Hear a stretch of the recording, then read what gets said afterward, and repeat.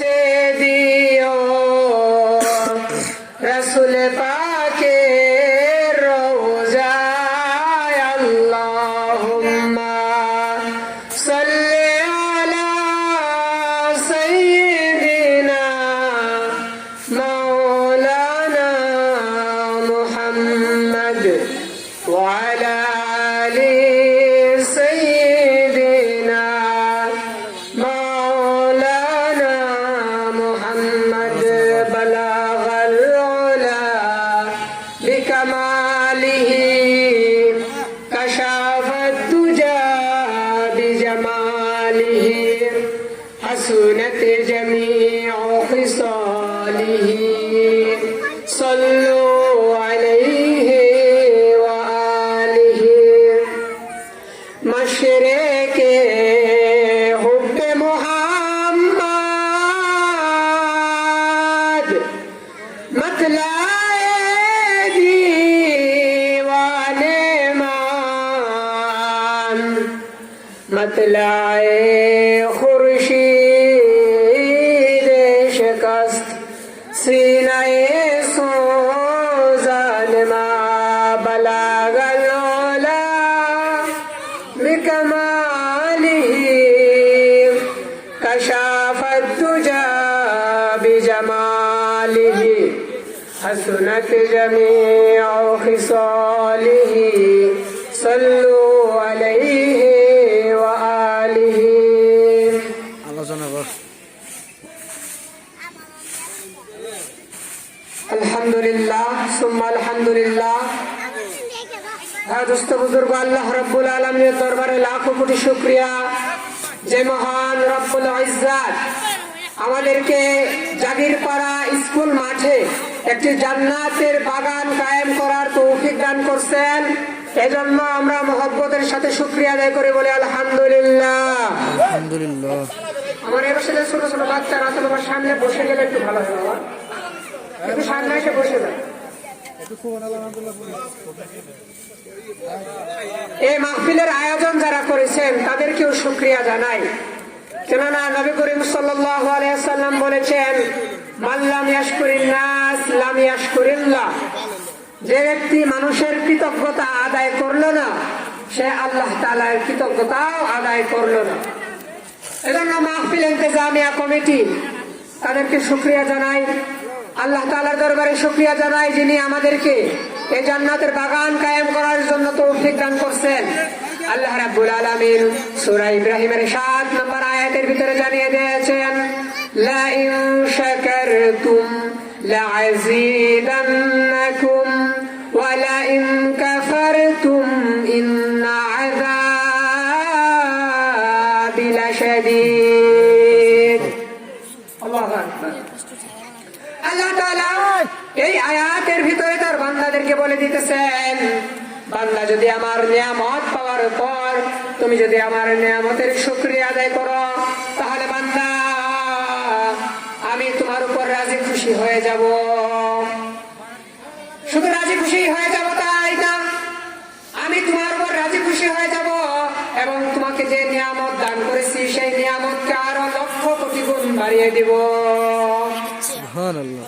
এই আয়াতের ভিতরে আল্লাহ রাব্বুল আলামিন আমার নাশুকরি করার ফলটা জানিয়ে দিচ্ছেন বান্দা যদি আমার নিয়ামত পাইলা, আমার নিয়ামত পাওয়ার পর আমার নিয়ামত ভোগ করলা কিন্তু আমার শুকরিয়া আদায় করলা না, তুমি নাশুকরি বান্দার পরিচয় দিলা, ও বান্দা তুমি জেনে রেখো আমি তোমার কাছ থেকে ওই নিয়ামতটাকে আমি রাব্বুল আলামিন ছিনিয়ে নিব। নাউযুবিল্লাহ। নাউযুবিল্লাহ। শুধু নিয়ামত ছিনিয়ে দিয়ে ছেড়ে দেব না, আমি তোমাকে কঠিন আযাবের ভিতরে গ্রেফতার করব। এজন্য ভাই ও দোস্ত বুজুর্গ, আল্লাহ তাআলার দরবারে বেশি বেশি শুকরিয়া আদায় করা, আল্লাহ তাআলার দরবারে যদি শুকরিয়া আদায় করা হয় তাহলে আল্লাহ রাব্বুল আলামিন আপনার আমার নিয়ামতকে বাড়িয়ে দেবেন আর আপনারা আমার উপর রাজি এবং খুশি হয়ে যাবেন। আর যদি আপনি আমি নিয়ামত পাওয়ার পর নিয়ামতের শুকরিয়া আদায় না করি, আপনি আমি যদি যদি বেঈমান বান্দার পরিচয় দান করি, তাহলে আল্লাহ রাব্বুল আলামিন সেই নিয়ামতটাকে ছিনিয়ে নেবেন এবং আপনাকে আমাকে ফিনারে জাহান্নাম, জাহান্নামের কঠিন আগুনের ভিতরে আল্লাহ রাব্বুল আলামিন আপনাকে আমাকে নিক্ষেপ করবেন। নাউজুবিল্লাহ। এজন্য ভাই দোস্ত বুজুর্গ, আমি আমার ভূমিকা এখানেই শেষ করলাম। আমি মূল আলোচনার দিকে ধাবিত হব। আমি আপনাদের সামনে একটি আয়াত তেলাওয়াত করেছি।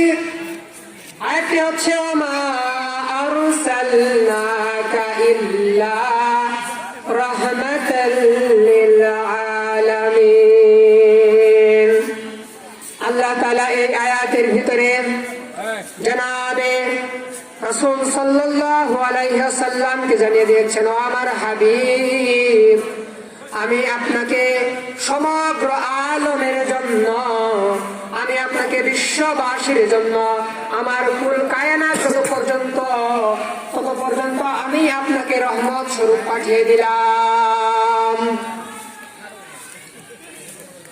আল্লাহর হাবিব জনাবে মুহাম্মদুর রাসূলুল্লাহ সাল্লাল্লাহু আলাইহি ওয়াসাল্লাম কোন একটা জাতির জন্য রহমত নয়, কোন একটা শ্রেণীর জন্য রহমত নয়, শুধু মানব জাতির জন্য রহমত নয়, কোন একটি কওমের জন্য রহমত নয়, তিনি জিন জাতির জন্য রহমত নয়, তিনি আল্লাহ তাআলা যত সৃষ্টি আছে সমস্ত সৃষ্টি জগতের জন্য আপনার আমার নবী মুহাম্মদ সাল্লাল্লাহু আলাইহি ওয়াসাল্লাম রহমত। সুবহানাল্লাহ। আমার ভাইরা, এর আগে যত নবী রাসূল দুনিয়াতে আসতেন, কোন না কোন নবী রাসূল নির্দিষ্ট একটা কওমের জন্য ছিল, কোন নবী রাসূল নির্দিষ্ট একটা গোত্রের জন্য ছিল, নির্দিষ্ট একটা বংশের জন্য ছিল, কোন নবী রাসূল একটা নির্দিষ্ট দেশের জন্য ছিল, একটা নির্দিষ্ট এরিয়ার জন্য ছিল। কিন্তু আপনার আমার হাবিব মুহাম্মদ সাল্লাল্লাহু আলাইহি ওয়াসাল্লাম একটি দেশের জন্য নয়, একটি জাতির জন্য নয়, একটি বংশের জন্য নয়, তিনি একটা এরিয়ার জন্য নির্ধারিত নয়। আল্লাহ তাআলার রাজত্ব যত পরিমাণ, আপনার আমার হাবিব মুহাম্মদ সাল্লাল্লাহু আলাইহি ওয়াসাল্লাম তিনিও সেই পরিমাণ তাকে রহমত স্বরূপ পাঠিয়ে দিয়েছেন আল্লাহ। অথচ মাত্র পৃথিবীর জন্য তিনি রহমত নয়, পৃথিবীর বাইরেও যে জগৎটা আছে, পৃথিবীর বাইরেও যে আল্লাহ তাআলার সৃষ্টি জগৎ আছে, গ্রহ নক্ষত্র, এরকম ভাবে সাত আসমান সাত জমিন, এর উপরে এবং নিচে যে সৃষ্টিগুলো আছে, সিদরাতুল মুনতাহা, ফেরেশতা, কুল কায়নাতের মাখলুক, হাইওয়ান, জন্তু জানোয়ার, সমস্ত মাখলুকাতের জন্য আপনার আমার হাবিব জনাবে রাসূল সাল্লাল্লাহু আলাইহি ওয়াসাল্লাম রহমত স্বরূপ। জোরে বলেন না সুবহানাল্লাহ। সুবহানাল্লাহ। আমার ভাই দোস্ত বুজুর্গ, আল্লাহ তাআলা তাকে রহমত স্বরূপ দুনিয়াতে পাঠিয়ে দিলেন। পাঠানোর পর কুরআনুল কারীমে আরেকটা আয়াতে আল্লাহ রাব্বুল আলামিন বলে দিলেন, কুল বিফাদলিল্লাহি ওয়া বিরহমাতিহি ফাবিযালিকা ফালইফরাহু। কুল, আল্লাহ তাআলা তার নবী রাসূল সাল্লাল্লাহু আলাইহি ওয়াসাল্লামকে জানিয়ে দিলেন, হে নবী আপনি বলে দিন,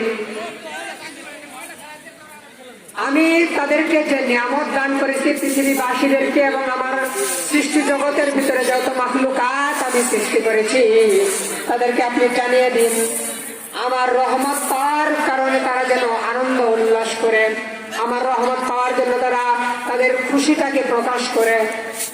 আল্লাহ তাআলা এখানে কুল আমরের সিগা ব্যবহার করছেন, হে নবী আপনি বলে দিন বিফাদলিল্লাহ, আমি আল্লাহ তাদেরকে যে অনুগ্রহ দান করেছি, যে রহমত আমি তাদেরকে দান করেছি, এই রহমত পাওয়ার কারণে তারা যেন খুশি প্রকাশ করে। আল্লাহ তাআলা আমি যেই আয়াতটা তেলাওয়াত করেছি, ওয়ামা আরসালনাকা ইল্লা রাহমাতাল লিল আলামিন, এই আয়াতের ভিতরে আল্লাহ রাব্বুল আলামিন বলেছেন আল্লাহর হাবিব মুহাম্মদ সাল্লাল্লাহু আলাইহি ওয়াসাল্লাম সারা আলমের জন্য তিনি রহমত। সুবহানাল্লাহ। আমার ভাই দোস্ত বুজুর্গ, আল্লাহর হাবিব দুনিয়াতে তাশরীফ আনছেন। দুনিয়াতে তাশরীফ আনার আগে আলামে আরওয়াহ রূহের জগতে আল্লাহ রাব্বুল আলামিন দুইটা সেমিনার করছেন, দুইটা সম্মেলন করছেন। একটা সম্মেলন হচ্ছে ওয়াহেদানিয়াতের সম্মেলন, আর একটা সম্মেলন হচ্ছে রিসালাতের সম্মেলন। আল্লাহ তাআলা রিসালাতের সম্মেলন করলেন। রিসালাতের সম্মেলনের ভিতরে সমস্ত নবী রাসূলরা সেখানে হাজির ছিল। সেখানে আম কোন রূহ হাজির ছিল না, আম কোন মানুষ, আম কোন জিন সেখানে হাজির ছিল না। সেখানে শুধু নবী এবং রাসূলগণদের রূহগুলোকে আল্লাহ তাআলা একত্রিত করেছেন। আল্লাহ তাআলা তাদেরকে রূহগুলোকে একত্রিত করেছেন। কোরআনের শুরুতে আল্লাহ তাআলা বলেছেন ওয়াইযা আখাযাল্লাহু মিসাকান নাবিয়িনা।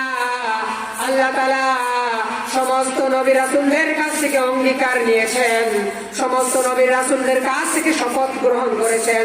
কি শপথ গ্রহণ করলেন? আল্লাহ তাআলা বললেন, ও আমার পয়গম্বর, আমি আল্লাহ রাব্বুল আলামিন তোমাদেরকে দুনিয়াতে পাঠাবো। তোমাদেরকে দুনিয়াতে পাঠানোর পর তোমাদেরকে নবুয়ত দেব, তোমাদেরকে একটা নির্দিষ্ট শরীয়ত দেব, তোমাদেরকে একটা নির্দিষ্ট কিতাব দেব। এই নির্দিষ্ট শরীয়ত অনুযায়ী, এই নির্দিষ্ট কিতাব অনুযায়ী তুমি মানুষদের কাছ থেকে দাওয়াত পৌঁছাই দিবা, মানুষদেরকে আমার দিকে ডাকবা। এজন্য হযরতে আদম আলাইহিস সালামের কালেমার ভিতরে আল্লাহ তাআলা একটা শব্দ দিয়েছেন, লা ইলাহা ইল্লাল্লাহ, আদম সফিউল্লাহ। হযরতে ঈসা আলাইহিস সালামের কালেমার ভিতরে আল্লাহ দিয়েছেন, লা ইলাহা ইল্লাল্লাহ, ঈসা রূহুল্লাহ। মুসা আলাইহিস সালামের কালেমার ভিতরে দিয়েছেন, লা ইলাহা ইল্লাল্লাহ, মুসা কালিমুল্লাহ। তোমাদের নির্দিষ্ট একটা কালেমা দেওয়া হবে, নির্দিষ্ট একটা কিতাব দেওয়া হবে, নির্দিষ্ট একটা শরীয়ত দেওয়া হবে।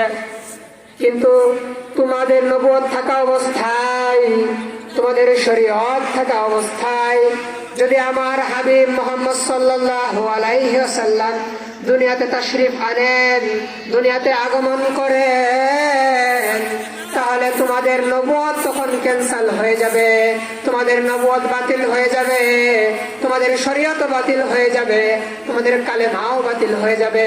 তখন তোমাদের কাজ হবে আমার হাবিব জনাবে রাসূলুল্লাহ সাল্লাল্লাহু আলাইহি ওয়াসাল্লামের উপর ঈমান আনা, আর তার দ্বীনের ব্যাপারে তাকে নুসরত করা, তার দ্বীনের ব্যাপারে সাহায্য করা। আল্লাহ তাআলা নবীদের কাছে এই অঙ্গীকার নিলেন, নবীদের কাছে অঙ্গীকার নিলেন। নবী রাসূলদের কাছে অঙ্গীকার নেওয়ার পর আল্লাহ রাব্বুল আলামিন ওয়াহেদানিয়াতের সম্মেলন করলেন রূহের জগতে। ওয়াহেদানিয়াতের সম্মেলনের ভিতরে যত উম্মত দুনিয়া থেকে ইন্তেকাল করেছেন আর কিয়ামত পর্যন্ত আনেওয়ালা যত আল্লাহ তাআলার বান্দা আছে, সমস্ত বান্দাদেরকে আল্লাহ রাব্বুল আলামিন একত্রিত করেছিলেন। একত্রিত করে বললেন, ও আমার বান্দারা, আলাস্তু বিরাব্বিকুম। আল্লাহ তাআলা বলতেছেন, আলাস্তু বিরাব্বিকুম, আমি কি তোমাদের রব নই? আমি কি তোমাদের প্রতিপালক নই? সমস্ত রূহগুলো এক বাক্যে উত্তর দিয়েছে, ক্বালু বালা, হ্যাঁ অবশ্যই আপনি আমাদের রব, কোনো সন্দেহ নাই যে আপনি আমাদের প্রতিপালক, আপনি আমাদের রিজিক দান করেন, আপনি আমাদের খাওয়ান, আপনি আমাদের পড়ান, যা কিছু আছে সবকিছুই আপনি করেন। এ কথাটা আপনি আমি স্বীকার করেছি। স্বীকার করার পর আল্লাহ রাব্বুল আলামিন ডাক দিয়ে বলেন, আমার বান্দারা, তোমরা আমাকে রব হিসেবে স্বীকার করলা, প্রতিপালক হিসেবে স্বীকার করলা। আমার বান্দারা, তোমাদের পরীক্ষা নেওয়া হবে। তোমাদের পরীক্ষা নেওয়ার জন্য তোমাকে দুনিয়াতে পাঠানো হবে, তোমাদের সকলকে দুনিয়াতে পাঠানো হবে। তোমাদেরকে দুনিয়াতে পাঠানোর পর আমি আল্লাহ তোমাদেরকে পরীক্ষা করব, তোমাদের ধন সম্পদ দেব, তোমাদের স্ত্রী দেব, তোমাদের জন্য সন্তান সন্ততি, তোমাদের আওলাদদেরকে আমি দেব। দুনিয়ার শান শৌকত তোমাদেরকে দান করব, দুনিয়ার মহব্বত দান করব। তুমি তোমার নফসকে দুনিয়ায় বুঝাইতে পারো নাকি? এই সমস্ত দুনিয়ার সমস্ত মহব্বত দেখছে তুমি আমি আল্লাহ তাআলাকে ভালোবাসো কিনা, এই পরীক্ষা তোমাকে নেওয়া হবে। এই পরীক্ষা নেওয়ার জন্য আল্লাহ তাআলা আপনাকে, আমাকে এবং কিয়ামত পর্যন্ত আনেওয়ালা যত আল্লাহ তাআলার বান্দা আছে সমস্ত বান্দাদেরকে পাঠাবেন। এই পরীক্ষার ভিতরে যে উত্তীর্ণ হইতে পারবে সে আখিরাতেও কামিয়াব হয়ে যাবে, দুনিয়াতেও কামিয়াব হয়ে যাবে, আখিরাতেও কামিয়াব হয়ে যাবে। আর এই পরীক্ষায় যে পাস করতে পারবে না সে দুনিয়াতেও নাকাম হয়ে যাবে, আখিরাতেও তাকে অতমুখী করে জাহান্নামের আগুনে নিক্ষেপ করা হবে।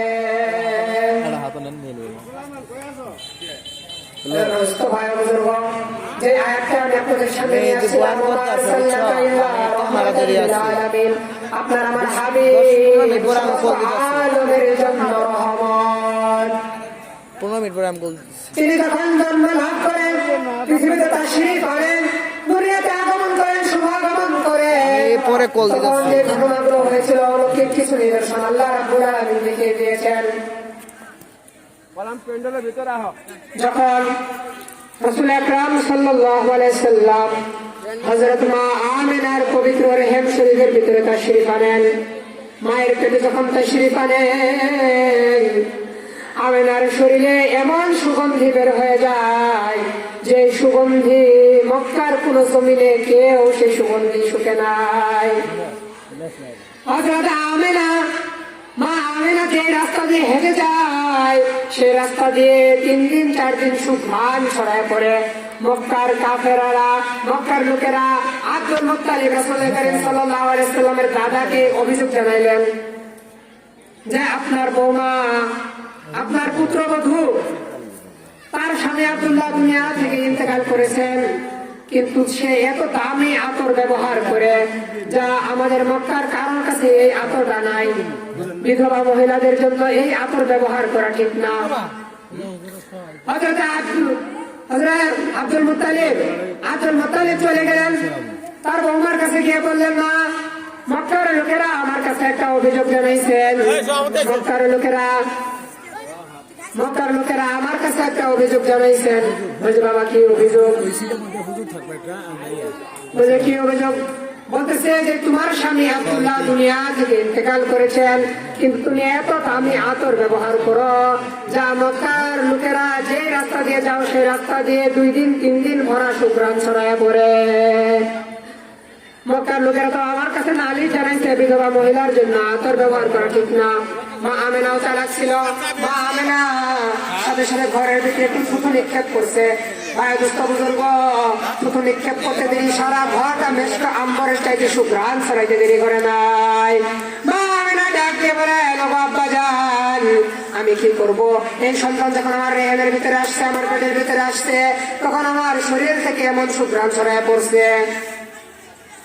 মা আমেনা বলেন, আমি যে রাস্তা দিয়ে হেঁটে যাই, গাছপালাগুলো আমাকে সালাম জানাইতে শুরু করে। আমি আমার ঘরের ভিতরে যখন থাকি, আমার ঘরের দেওয়ালগুলো আমাকে সালাম জানাইতে শুরু করে। মা আমেনা আরো বলেন, যখন এই সন্তান আমার পেটের ভিতরে আসছে, তখন আমার স্বপ্নের ভিতরে হযরত ইদ্রিস আলাইহিস সালাম এসে আমাকে সালাম জানাইতে শুরু করছে। হযরত ইদ্রিস আলাইহিস সালাম এই দুনিয়াতে একজন মাত্র পয়গম্বর, যার মৃত্যু হয়েছে কিন্তু দাফন হয় নাই, কাফন হয় নাই, গোসল হয় নাই। তিনি হচ্ছেন আল্লাহর পয়গম্বর হযরত ইদ্রিস আলাইহিস সালাম। মা আমিনা বলেন, হযরত ইদ্রিস আলাইহিস সালাম আমার স্বপ্নের ভিতরে আয়েশা আমাকে সালাম জানাতে শুরু করছেন। ইব্রাহিম খলিলুল্লাহ আমার স্বপ্নের ভিতরে আয়েশা আমাকে সালাম জানাতে শুরু করছেন। এমনি ভাবে মুসা আলাইহিস সালামের বোন উম্মে কুলসুম আমাকে সালাম জানাতে শুরু করছেন। ফেরাউনের স্ত্রী হযরত আসিয়া, তিনি আমাকে সালাম জানাতে শুরু করছেন।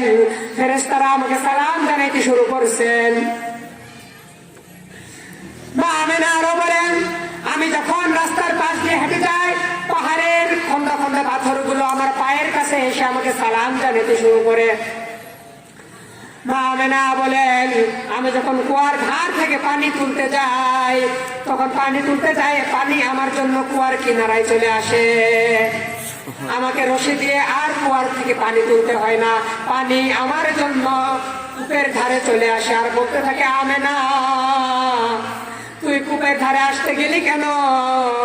আমাদেরকে একবার অর্ডার দিতি, আমাকে একবার হুকুম দিতি, আমি পানি নিজে তোর বাসার দরজার সামনে গিয়ে দাঁড়িয়ে থাকতাম।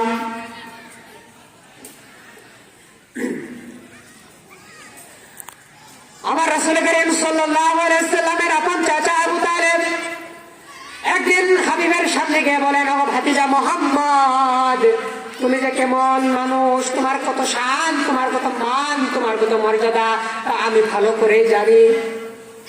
বললেন, চাচা কি জানেন? বলতেছেন, কিছু আমি শুনছি, আর কিছু তোমার মায়ের, কিছু আমি নিজের চোখে দেখছি, আর কিছু তোমার মায়ের কাছ থেকে শুনছি। বলছে, চাচা কি শুনছেন? এতক্ষণ যে কথাগুলো বললাম, এই কথাগুলো তিনি পুনরাবৃত্তি করলেন। পুনরাবৃত্তি করার পর বললেন, আমি যে ঘটনাগুলো আমি নিজের চোখে দেখছি সেগুলো হলো, তুমি যখন দুনিয়াতে তাশরীফ আনলা, তুমি দুনিয়াতে তাশরীফ আনার উপর তোমাকে আলো বাতাস খাওয়ানোর জন্য সন্ধ্যাবেলায় দোলনায় শোয়ায় একটু বাহিরে রাখা হইলো। একটু বাহিরে যখন তোমাকে রাখা হইলো, তুমি কান্না করতেছিলে আর হাত পা গুলো নাড়াইতেছিলে। আমি আবু তালেব আকাশের দিকে লক্ষ্য করে দেখলাম আকাশের চাঁদটা যেন নিচে পড়ে যাইতেছে। আমি একটা চিৎকার দিলাম, চাঁদ কখন না তোমার উপর পড়ে যায়, আমার ভয় হতে থাকলো। আমি চিৎকার দিলাম, পরক্ষণে আমি দেখতে পাইলাম যে চাঁদ নিচে পড়তেছে না। তুমি যে হাত পা গুলো নাড়াইতেছো, তোমার হাত পা নাড়ানোর ইশারার সাথে সাথে চাঁদ তোমার সাথে খেলা করা শুরু করে দিয়েছে। সুবহানাল্লাহ। মা হালেমার একটা ঘটনা মনে পড়ে গেল। আমার হাবিব যখন দুনিয়াতে তাশরীফ আনলেন, তায়েফের রমণীদের কাজ হচ্ছে মক্কায় যেসব ধনবান ব্যক্তিদের সন্তান পৃথিবীতে আসে তাদেরকে লালন পালন করে। তারা গাধার পিঠে চড়ে মক্কার জমিনে রওনা দিচ্ছেন। মা হালিমার গাধাটা ছিল দুর্বল, অসুস্থ ছিল, সবাই আগে আগে চলে যাইতেছে। হালিমাকে দেখে টিটকেরে দিতেছে আর বলতেছে, হালিমা এই দুর্বল গাধা দিয়ে তুমি যাওয়ার আগে আমরা গিয়ে সমস্ত সন্তান নিয়ে আসবো, তুমি আজকে আর একটা সন্তান নিয়ে আসতে পারবা না। আমার রাসূল করিম সাল্লাল্লাহু আলাইহি ওয়াসাল্লামের দুধমা মা হালিমা, তিনি সেই দুর্বল গাধাটা নিয়ে গেছেন। নিয়ে যাওয়ার পর মক্কায় যাওয়ার পর তিনি শুনেন মক্কায় আর ধনী ব্যক্তিদের আর কোনো সন্তান অবশিষ্ট নাই, কেবলমাত্র অবশিষ্ট আছে আব্দুল্লাহর বেটা মুহাম্মদ সাল্লাল্লাহু আলাইহি ওয়াসাল্লাম।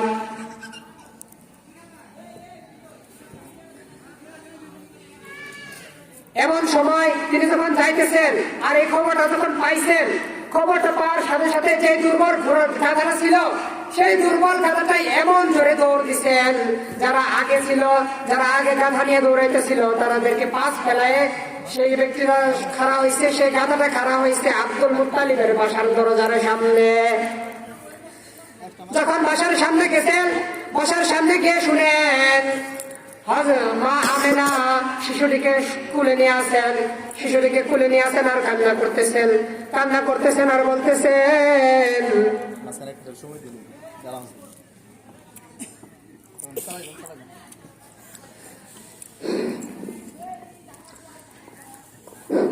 হ্যালো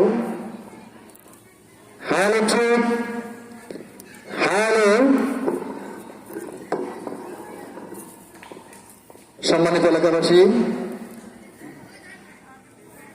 জাগিরপাড়া মানব কল্যাণ ফাউন্ডেশনের উদ্যোগে মা হালিমাতুস সাদিয়া যখন বাসার ভিতরে গেলেন, দেখলেন রাসূল করিম সাল্লাল্লাহু আলাইহি ওয়াসাল্লামের মা আমেনা সন্তানকে তুলে নিয়ে আছেন আর বলতেছেন, ওগো কাবার মালিক, এত সুন্দর চেহারার মানুষ, আমি আমেনা আমার জিন্দেগিতে দেখি নাই। মা হালিমা বলতেছেন যে এ কথা শোনার পর আমি আমেনাকে বললাম, হে আমেনা, তুমি দেখলে কদ্দুর দেখছো, তুমি তো মক্কায় থাকো, মক্কায় যারা আসে তাদের দেখো, আমার কাছ থেকে শোনো, আমার কাজ হচ্ছে সন্তান লালন পালন করা। তোমাদের মক্কা হচ্ছে রাজধানী, তোমার মক্কার কত ধনী ব্যক্তিদের সন্তান আমি লালন পালন করলাম, কত সন্তান আমার হালিমার হাতে লালন পালন হয়েছে। আমি হালিমা বলতেছি, এত সুন্দর চেহারার মানুষ আমি হালিমা আমার জিন্দেগিতে দেখি নাই। এই কথা রাসূল করিম সাল্লাল্লাহু আলাইহি ওয়াসাল্লামের দাদা আব্দুল মুত্তালিব শুনছেন। আব্দুল মুত্তালিব শোনার পর বলতেছেন, ওগো হালিমা, তুমি দেখলে কতদূর দেখছো, আমার কাছ থেকে শোনো, তুমি তো যাদের লালন পালন করো তাদের দেখছো। আমি আব্দুল মুত্তালিব ব্যবসার কাজে সিরিয়া যাই, ইরাকে যাই, দামেস্কে যাই, কত জায়গায় ব্যবসার কারণে আমাকে যেতে হয়। আর শুধু তাই না, আমি তো কাবা শরীফের মুতাল্লিক, বাইতুল্লাহ শরীফের খাদেম, বাইতুল্লাহ শরীফের সভাপতি। আমি এখানে লক্ষ লক্ষ হাজিরা আসে প্রতি বছর হজ করতে, আর বাইতুল্লাহ শরীফের মুতাল্লিক হওয়ার কারণে ঝাড়ফুঁক করার জন্য তো আমার কাছে নিয়ে আসে। কত বাচ্চার মাথার ভিতরে হাত রাখলাম, কত দোয়া দুরূদ করে আমি তাদের মাথায় ফু দিয়ে দিলাম। আমি আব্দুল মুত্তালিব বলতেছি, এত সুন্দর চেহারার মানুষ আমি আব্দুল মুত্তালিব আমার জিন্দেগিতে দেখি নাই। এই কথা হযরতে জিবরাইল আলাইহিস সালাম শুনছেন। হযরতে জিবরাইল আলাইহিস সালাম শুনে বলতেছেন, ও আব্দুল মুত্তালিব, তুমি দেখলে কতদূর দেখছো? তুমি দামেশকে যাও, সিরিয়াতে যাও, এই সব ছেলেদেরকে দেখো, মক্কা শরীফে যারা আসে তাদেরকে দেখো। আমি জিবরাইলের কাছে শুনো, সারা পৃথিবী চক্কর দিতে আমি জিবরাইলের মুহূর্তের প্রয়োজন হয়। আমি হযরত আদম আলাইহিস সালামকে জান্নাতের ভিতরে দেখছি, মা হাওয়া আলাইহিস সালামকে জান্নাতের ভিতরে আমি দেখছি, জান্নাতের হুরগেলমান আমি দেখছি, জান্নাতের সৌন্দর্য আমি দেখছি, জান্নাতের নাজ নিয়ামত আমি দেখছি। শুধু তাই না, হযরত ইউসুফ আলাইহিস সালামকে কুয়ার ভিতরে তো আমি রাখছি। হযরত ইউসুফ আলাইহিস সালামকে আমি দেখছি। ইউসুফ আলাইহিস সালামকে দেখে মিশরের রমণীরা হাত কাটছে, সেই দৃশ্য আমি দেখছি। উম্মুল মুমিনিন আম্মা জান হযরত আয়েশা রাদিয়াল্লাহু তাআলা আনহা বলেন, মিশরের নারীরা হযরত ইউসুফ আলাইহিস সালামকে দেখে হাত কাটছে, কিন্তু বলতে পারে না, তারা ঠাউর পায় নাই, তারা বুঝতে পারে না, তারা হাত কেটে ফেলছে। তারা যদি আমার স্বামী মুহাম্মদ সাল্লাল্লাহু আলাইহি সাল্লামকে দেখতেন, তাহলে তারা হাত কাটতে কাটতে তারা কলিজা পর্যন্ত কেটে ফেলতেন, কিন্তু বুঝতে পারতেন না। সুবহানাল্লাহ। ভাই দোস্ত বুজুর্গ, জিবরাইল আলাইহিস সালাম বলেন, জান্নাতের হুরগেলমানকে দেখছি। আমি জিবরাইল আলাইহিস সালাম বলতেছি, এত সুন্দর চেহারার মানুষ আমি জিবরাইল আমার জিন্দেগিতে দেখি নাই। আমার ভাইরা, আমার বাবাজিরা, এবার জিবরাইল আলাইহিস সালামের কথা আল্লাহ তাআলা আরশে আজিম থেকে শুনছে। আল্লাহ তাআলা আরশে আজিম থেকে ডাক দিয়ে বলেন, জিবরাইল, ও জিবরাইল, তুমি দেখলে কতদূর দেখছো? আমার কাছ থেকে শুনো, আমি রব্বুল আলামিন আমার নবী মুহাম্মদ সাল্লাল্লাহু আলাইহি সাল্লামের চাইতে সুন্দর দুনিয়াতে আর কিছু সৃষ্টি করি নাই। সুবহানাল্লাহ। আমি সৃষ্টি করলে তো তোমরা দেখবা। আমি রব্বুল আলামিন তো আমার হাবিব মুহাম্মদ সাল্লাল্লাহু আলাইহি সাল্লামের চেয়ে সুন্দর কাউকে সৃষ্টি করি নাই। তোমাদের দেখার প্রশ্নই ওঠে না। দুনিয়ার জমিনে সবচেয়ে সুন্দর মাখলুকাত, দুনিয়ার জমিনে সবচেয়ে বেশি সুন্দর হচ্ছেন আপনার আমার হাবিব জনাবে মুহাম্মদ সাল্লাল্লাহু আলাইহি ওয়াসাল্লাম। আমার ভাইরা, এই যে দাগির করা আপনারা এই ওয়াজ মাহফিলের ব্যবস্থা করছেন, আজকে তো তাই না, কালকে তো এই মাহফিল থাকবে না, থাকবে ভাই? তাহলে যারা সময় নষ্ট করতেছি, মাহফিলে এই যে ঘোরাফেরা করতেছি, সময় নষ্ট না করে এখানে আসেন, একটু বসেন। জান্নাতের বাগান আজকে কায়েম করছেন, একটু বসে যান। জান্নাতের বাগান যে কত শান্তি হয় তা একটু উপলব্ধি করে যান। এখানে ভাই দোস্ত বুজুর্গ, আমি আমার বাপদাদের কেচ্ছা কাহিনী বলতে আসি নাই, আমি কোন রাজনৈতিক ওয়াজও করতে আসি নাই। আমি এখানে যার কথা বলতেছি তিনি এই জমিনের মালিক, আসমানের মালিক, কুল কায়নাতের মালিক। যার বয়ান এখন করতেছি তিনি সারা দুনিয়ার জন্য রহমত স্বরূপ আল্লাহ তাআলা দুনিয়াতে পাঠাইছেন। সুতরাং আমি আমার বাপদাদার গল্প করতেছি না। আপনারা এদিকে ঘোরাফেরা না করে যদি একটু বসতেন, তাহলে কোরআনের কারিমের এই সম্মানটা রক্ষা হইতো। আজকে জান্নাতের বাগান যে বসছেন, এই জান্নাতের বাগান যে কায়েম করছেন, এটার সম্মান রক্ষা হইতো। এখন আপনারা জান্নাতের বাগান কায়েম করলেন, আপনারা বসলেন না, আপনারা বাগানটাকে সাজাইলেন না, এটা ভাই খুব খারাপ একটা লজ্জাজনক বিষয়। আপনারা এদিক সেদিক ঘোরাফেরা না করে একটুটা অল্প সময় আলোচনা হবে, আপনারা আসেন, বসেন, কোরআন হাদিস থেকে কি আলোচনা হয় একটু শুনে যান। তাহলে এই ওসিলায় আল্লাহ তাআলা আপনাকে আমাকে হেদায়েত দান করতে পারেন। যে কথাটা বলতেছিলাম, এই দুনিয়াতে সবচেয়ে সুন্দর সৃষ্টি আপনার আমার হাবিব মুহাম্মদ সাল্লাল্লাহু আলাইহি সাল্লাম। আবার মুহাম্মদ সাল্লাল্লাহু আলাইহি সাল্লাম যখন একটু বড় হলেন, বড় হওয়ার পর তার মা আমিনা তাকে তুলে নিয়ে কান্না করতেছেন আর বলতেছেন, আল্লাহ, এই সন্তানটা বড় হচ্ছে, এই সন্তানের বাবা যদি আজকে বেঁচে থাকতো তাহলে কত খেলনাপাতি তাকে কিনে এনে দিত। শিশু মোহাম্মদ সাল্লাল্লাহু আলাইহি সাল্লাম খেলতো, আমি আর তার বাবা দেখে তা আমার চক্ষুটাকে শান্ত করতাম, কলিজাটাকে শান্ত করতাম। তার বাবা তো বেঁচে নাই। এইভাবে যখন আফসোস করতেছেন, আল্লাহ রাব্বুল আলামিন তার এই আফসোসটাকে সহ্য করতে পারে নাই। আল্লাহ রাব্বুল আলামিন ডাক দিয়ে বলেন, আমিনা, আমার হাবিবকে খেলাধুলার বয়স হতে দাও, তার পিতা যদি বেঁচে থাকতো কি খেলনা কিনে এনে দিত? তার পিতা যদি বেঁচে থাকতো তাহলে কাঠের খেলনা কিনে এনে দিত, বাঁশের খেলনা কিনে এনে দিত, লোহার খেলনা কিনে এনে দিত, পাথরের খেলনা কিনে এনে দিত। কিন্তু আমার হাবিবকে একটু খেলাধুলার বয়স হতে দাও। আমার হাবিব মক্কায় দাঁড়িয়ে আঙ্গুল দিয়ে ইশারা দিবে, আমি আসমানের চারটাকে 2 টুকরা করে আমি আল্লাহ রাব্বুল আলামিন খেলা করাই দিব। আবু জাহেল একদিন আসছে, আবু জাহেল একদিন এসে বলতেছেন, ভাতিজা মুহাম্মদ সাল্লাল্লাহু আলাইহি ওয়াসাল্লাম, তুমি বলে নবী? বলে হ্যাঁ চাচা, সত্য শুনছেন, আমি নবী। আল্লাহ তাআলা আমাকে প্রেরণ করেছেন নবুয়ত দিয়ে। বলেন যে তাহলে আমাদের কিছু একটা মুজিজা দেখাও, কিছু একটা অলৌকিক ঘটনা দেখাও, যা দেখে আমি তোমার উপর ঈমান আনতে পারবো। বলছে চাচা, দুনিয়ার জমিনে দেখাবো না আসমানে দেখাবো? আবু জাহেল বলতেছে যে আমি তো ভাবছিলাম জমিনে দেখাবা, কিন্তু তুমি যদি আসমানে দেখাইতে পারো আরো ভালো। আল্লাহ তাআলা তাকে বললেন, হাবিব আপনি আপনার শাহাদাত আঙ্গুলি দিয়ে, শাহাদাত আঙ্গুলি দিয়ে আপনি চাঁদের দিকে ইশারা দেন। আল্লাহর হাবিব শাহাদাত আঙ্গুলিটাকে উপরে করে এইভাবে চাঁদের দিকে ইশারা করলেন। চাঁদের দিকে ইশারা করার সাথে সাথে চাঁদ 2 টুকরা হয়ে গেছে। এখন আবু জাহেল পাল্টে খাইছে যে এটা তোমার জাদু। এটা কি? এটা তোমার জাদু, এটা কোনো মুজিজা না, তুমি কোনো নবী না, এটা জাদু দেখাইছো। ওইদিকে আমি যাবো না, ওইদিকে আমার আলোচনার পয়েন্ট না। ভাই দোস্ত বুজুর্গ, এরপর যখন সন্তানটা আর একটু বড় হইতেছেন, শিশু মোহাম্মদ সাল্লাল্লাহু আলাইহি সাল্লাম যখন আরো বড় হইতেছেন, বড় হয়ে যাওয়ার পর যখন একটু হাঁটতে শিখলেন, তখন মা আমিনা আবার কান্না করতেছেন আর আফসোস করে বলতেছেন, হায় আল্লাহ, হায় রাব্বে কাবা,